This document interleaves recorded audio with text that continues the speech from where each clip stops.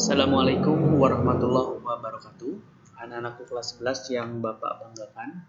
Marilah kita lanjutkan pembelajaran kita materi tentang logika matematika.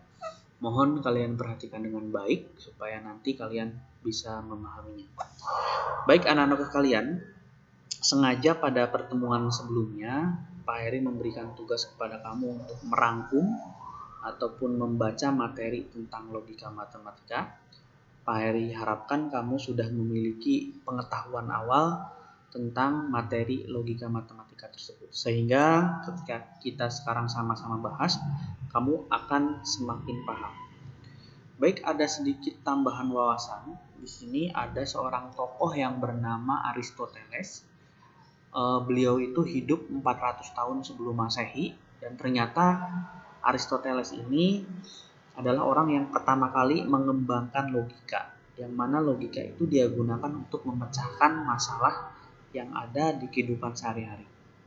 Ya, jadi tentang nilai benar dan salahnya itu, ya, atau logika sangat bermanfaat sekali bagi Aristoteles, orang yang pertama ngeh lah tentang logika tersebut, ya.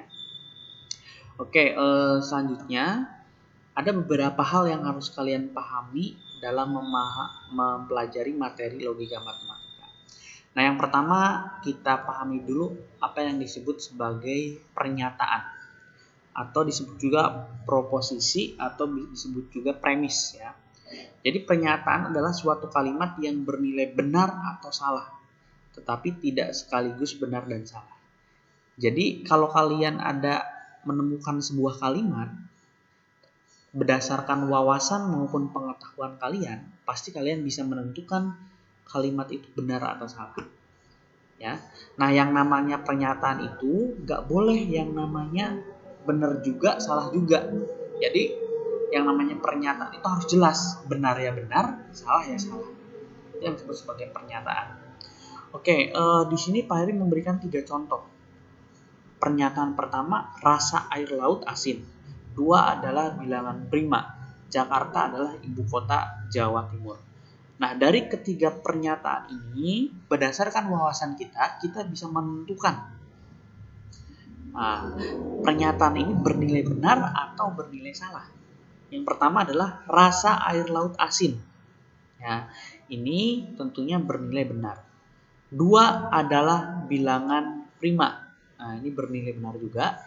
Jakarta adalah ibu kota Jawa Timur. Nah, ini baru bernilai salah, ya.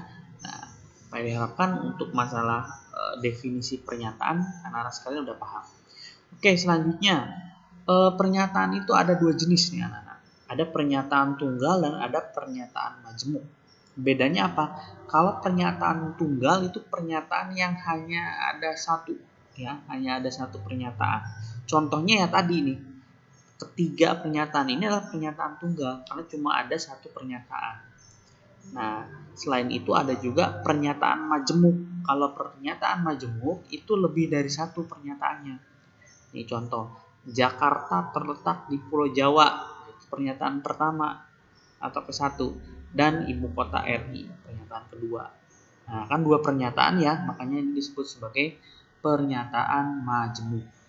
Jadi nanti kalau ada soal pilihan ganda, misalkan pertanyaannya berikut ini yang merupakan pernyataan majemuk adalah A, B, C, D, E. Nah, kamu harus bisa membedakan dan bisa mengetahui, ya, seperti itu. Oke, itu awalannya, ya. Nah, selanjutnya yang harus kalian pahami juga mengenai lambang-lambang. Jadi dalam logika matematika itu lambang-lambangnya itu biasa menggunakan PQR, ya, lambang pernyataan itu PQR. Contoh nih, ada 2 pernyataan, hari ini cerah, 2 plus 3 sama dengan 5. Nah, ini pernyataan semua nih. Nah, ini di pernyataan yang atas dikasih lambang P, pernyataan yang bawah bisa dikasih lambang Q.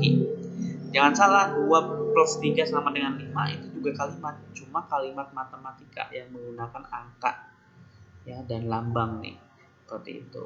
Nah, terus kemudian kan tadi kita pelajari bahwa pernyataan itu bisa bernilai benar, bisa juga bernilai salah. Kalau bernilai benar, biasanya itu lambangnya B. Kalau bernilai salah, S. ya. Atau dalam bahasa Inggris true untuk benar, false untuk salah. Atau bisa juga menggunakan angka 1 untuk benar, 0 untuk salah. Ya, jadi ini lambang-lambang yang digunakan dalam logika matematika. Oke, selanjutnya yang harus kalian pahami juga yaitu kalimat terbuka, variabel, dan konstanta. Ya kan? Nah, kalimat terbuka adalah kalimat yang memuat peubah atau variabel dan belum dapat ditentukan nilai benar dan salah. Jadi kalau ada kalimat terus kita belum bisa menentukan benar atau salahnya, itu disebut sebagai kalimat terbuka. Maksudnya kalimat terbuka itu bisa salah, bisa benar. Nah, contohnya gini nih anak-anak.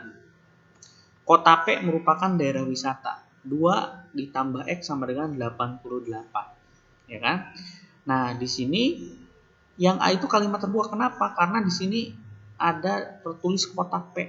Ini belum jelas kota apa. Ya, merupakan daerah wisata sehingga kita masih belum bisa menentukan kebenarannya.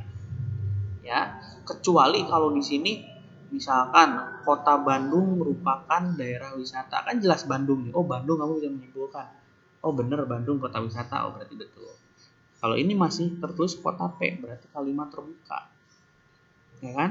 Nah, terus kemudian 2 ditambah X sama dengan 88. Ini juga termasuk kalimat terbuka. Ya, seperti itu. Oke, selanjutnya variabel. Ya, variabel. Kalau variabel itu yang tadi ya, kalau misalkan ada kalimat X min 2 sama dengan 5, itu yang pakai hurufnya itu peubahnya disebut sebagai variabel. Ya, seperti itu. Kalau konstanta, ya nih misalkan X dikurang 2 sama dengan 5. Ya kan? Nah, untuk mencari X kan ini udah dipelajari sebelumnya kan ya. X sama dengan kan di sini tadinya minus 2. Pindah ke sini jadi plus 2. 5 plus 2 sama dengan 7. Berarti dapat disimpulkan nilai X sama dengan 7. Nah, angka 7 disebut sebagai konstanta. Ya, atau dengan kata lain gini aja deh. Variabel itu yang hurufnya, yang angkanya disebut sebagai konstanta. Ya. Tuh, jadi 3 itu harus kalian pahami ya. Kalimat terbuka, variabel, sama konstanta. Oke, selanjutnya kita belajar mengenai ingkaran atau negasi. Ya, jadi ingkaran sama negasi itu sama. Ini kata ingkar ya, boleh bisa jadi ingatan kalian. Ingkar itu kan mengingkari berarti tidak sesuai gitu kan ya. Nah, jadi atau lawannya, lawan katanya itu disebut ingkaran atau negasi. Ya, kalau misalkan ada pernyataan dilambangkan dengan P, maka ingkarannya dilambangkan dengan ini. Ya, ada garis agak kriwil tuh, garis kriwil terus P itu namanya ingkaran P. Ya, jadi kalau ada pernyataan P nilainya benar, maka ingkarannya salah. Atau sebaliknya nilai P salah, maka ingkarannya benar. Ya, ingkaran itu adalah kebalikan. Ya, seperti itu. Contoh, Putri memakai baju putih. Ingkarannya yang betulnya bisa 2 versi nih. Tidak benar bahwa Putri memakai baju putih. Boleh yang ini. Atau boleh juga Putri tidak memakai baju putih. Tinggal ditambahin kata tidak doang. Ya biasanya yang paling mudah yang bawah lah. Kalau yang atas agak kayaknya nggak familiar gitu.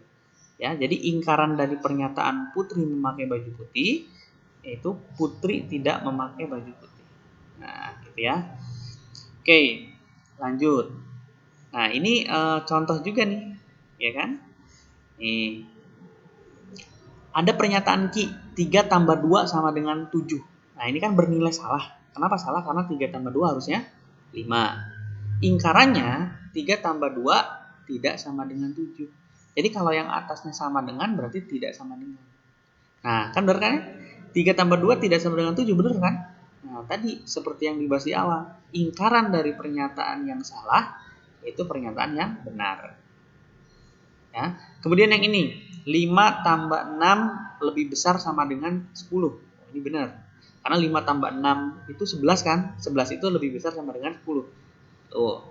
Nah, ingkarannya berarti 5 tambah 6 kurang dari 10. Nah, ini salah.